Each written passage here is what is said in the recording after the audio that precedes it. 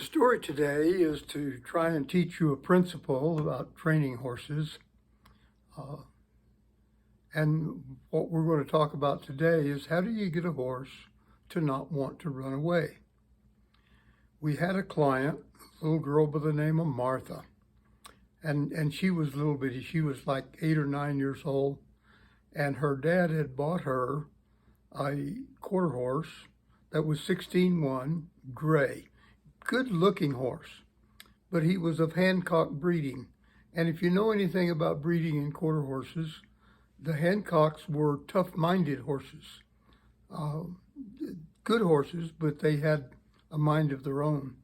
Well, they brought this horse to me and they said, "We want you to break it from running away." Martha gets on there and the horse just runs away with her. Well, he was a big, tough, stout horse, and she was like a pea, on his back.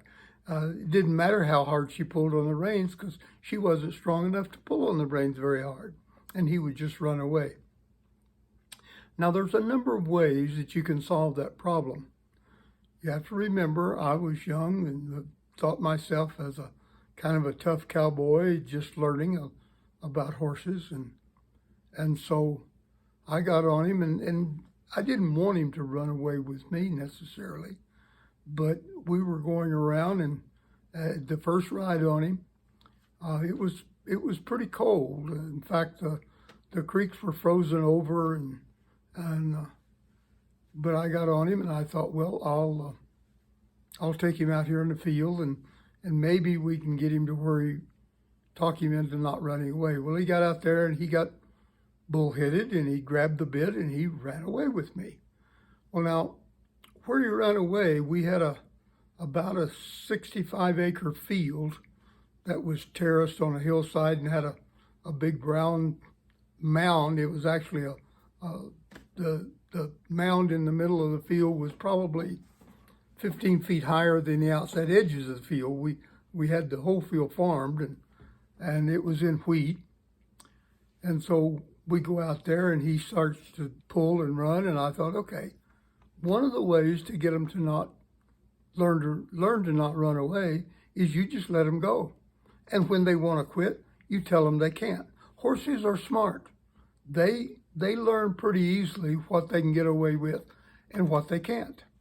So I let him run, and we would just circle that field, and around we went until he was sweaty and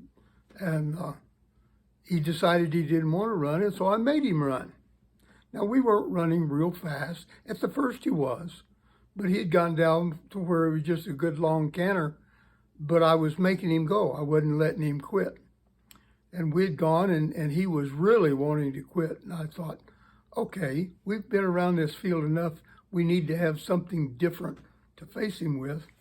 And so I decided I would go across Stillwater Creek to another part of the ranch and check my cattle.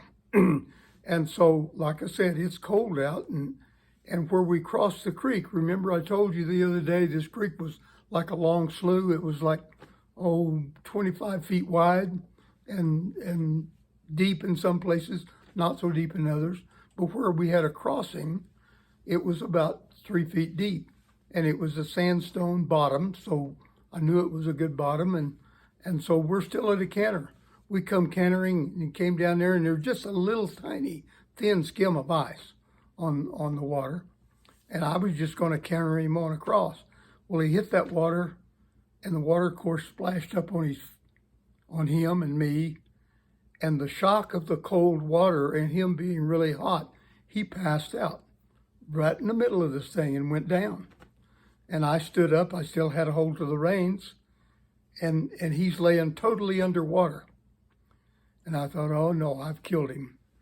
And so I pulled the reins, got on my feet and got to his head. Well, I could stand there with his head in my arms with his nose above water so he could breathe. I mean, as soon as I got him there, he was still breathing, and he blew the water out of his nose, and so he's laying there. And I thought, well, when he dies, when he quits breathing, I'll cut my saddle off and take it to the house. Well, I don't know how long I stood there. It seemed like an eternity. I'm sure it was only a matter of seconds. But he finally started struggling, and I couldn't hold his head anymore from his struggles. And he pulled it back underwater, and then he stood up.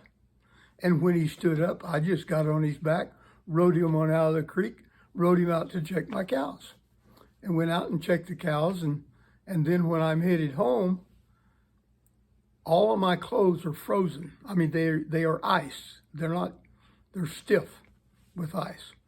And I rode him back to the house and rode him to the barn and got off and unsaddled him and made sure he was all right, and went in to get me warmed up and unthawed, and I did that. But the horse never ran away again. And so that was a very effective cure for him. I don't recommend that kind of a cure. I do recommend sometimes one wants to run away. He can't run faster than you can ride.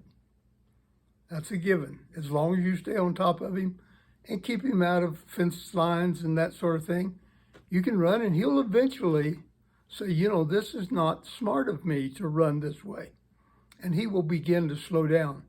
And then you can reward him for having slowed down and teach them that there's no profit in running away.